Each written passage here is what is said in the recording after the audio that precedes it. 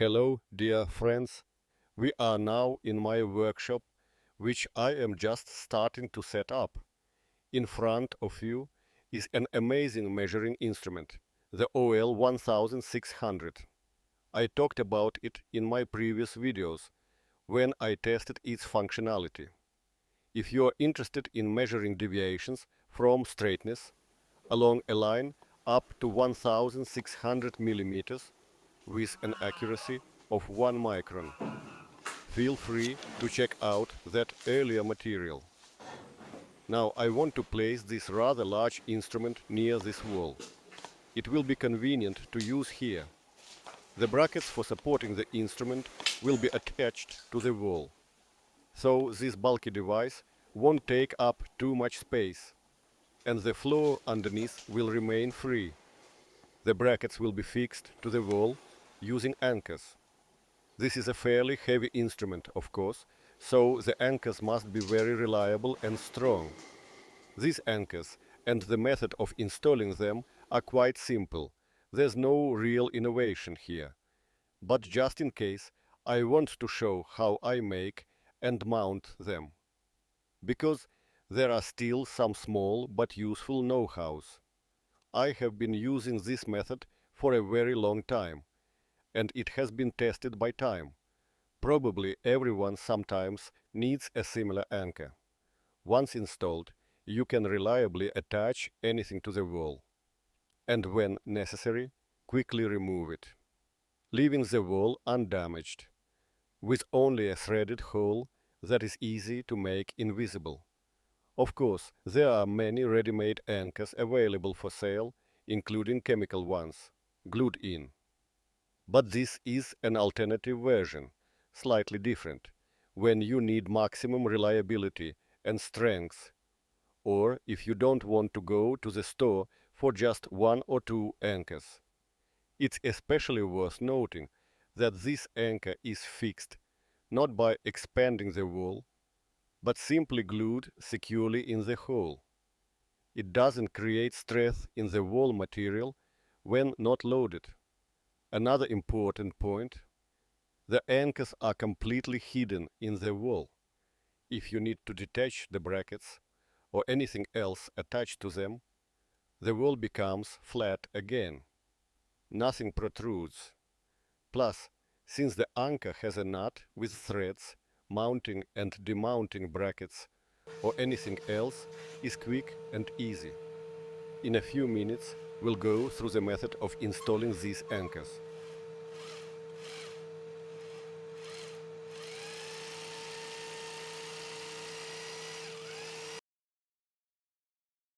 The holes in the wall were made with a hammer drill, and all the dust was vacuumed out using a vacuum cleaner with an additional tube attached to the inlet. A tube of the right diameter that fits all the way to the bottom of the hole. The anchors are assembled from metal rods with extended nuts screwed and possibly welded onto the threaded ends. Of course, you can just screw them on tightly. You can also make such an anchor from a threaded stud. It's a bit simpler, but just as reliable, something like this.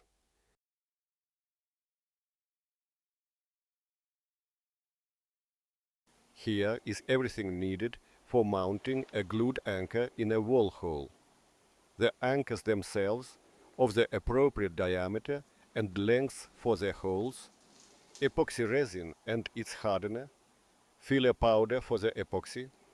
It can be alabaster, cement or something similar. In this case, it's abrasive powder, probably aluminum oxide. It was just the closest thing I had. Sometimes I've had to install an anchor in a granite slab. Then you can use powder created from drilling the hole in that same granite.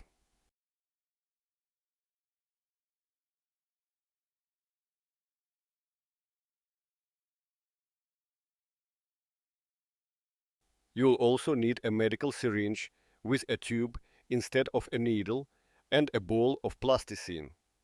The filler powder makes the epoxy a bit thicker, Depending on the proportion, it's convenient if the mixture has medium viscosity. The powder also gives the epoxy color, which is helpful.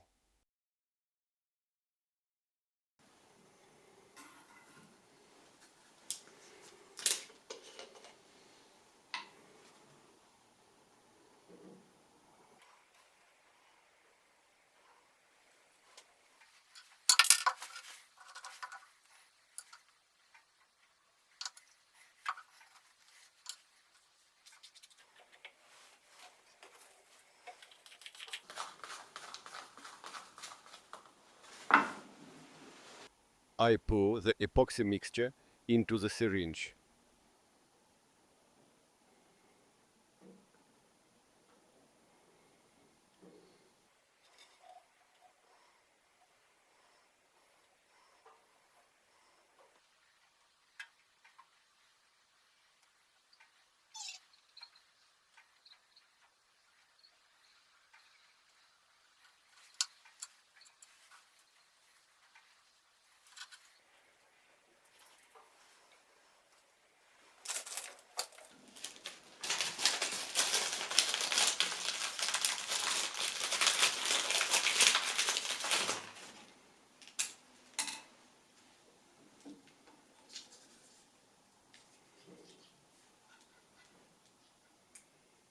By pushing the needle between the syringe barrel and the plunger, I release excess unwanted air through the needle hole, then remove the needle from the gap. There's almost no air left under the plunger. I push the mixture through the tube. The tube is fitted onto the syringe outlet instead of the needle and additionally secured with thick thread, tightly wrapped several times around the joint. The transparent tube shows that the adhesive mixture is being pushed forward, so the system is working.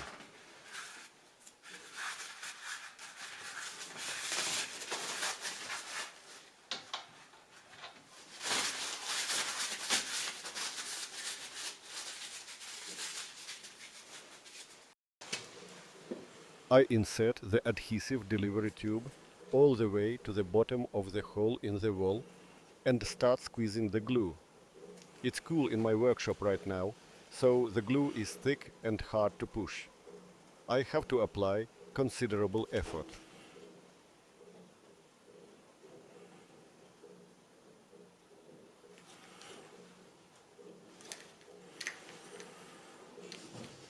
I hold a piece of plasticine in my hand to warm it for plasticity.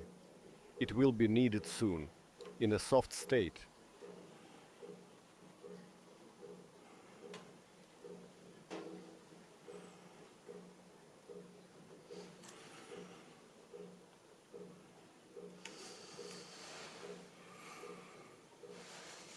About 5 cubic centimeters of liquid glue have been placed at the bottom of the hole in the wall. This roughly meets the need in this case.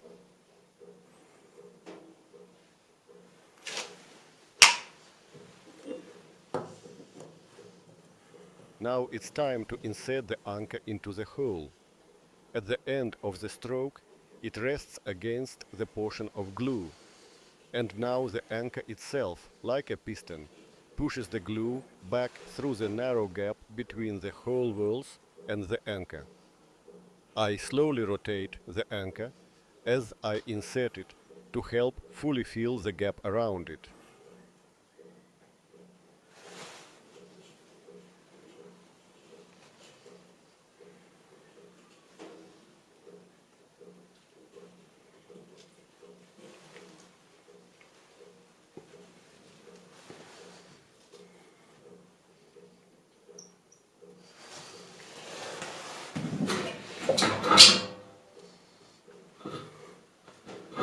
Here, the anchor is fully submerged in the hole, and I see glue squeezed out in the gap around it. So the gap is tightly filled.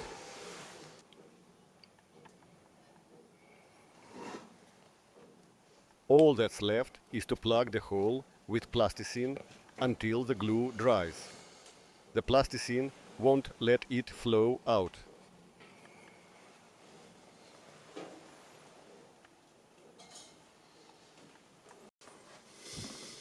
The next day, I remove the plasticine and the anchor is ready to take a considerable load.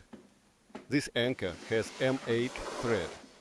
I've made such anchors a bit larger and smaller, sometimes with M5 thread. I haven't found extended M4 or M3 nuts yet, but M5 are available. Today I deviated a bit from the usual topics of my channel, and I'm a little worried if this is appropriate. But I hope this material will interest you too. I hope in the near future to explore a few more interesting related topics that arise during my work. In the comments, I am often asked, why is such excessive mechanical precision needed in real life? There are countless examples, but I'll take one from everyday life. There was a need to sharpen delicate manicure nippers. A friend approached me with this problem. His wife works in this field. It seems like an ordinary task, but upon analysis, it turned out that this involves considerable complexity. It is necessary to recreate two cutting edges with micron-level accuracy. The more precise, the better the master can work with them, and the less material is removed from the blade. This extends the lifespan of expensive nippers.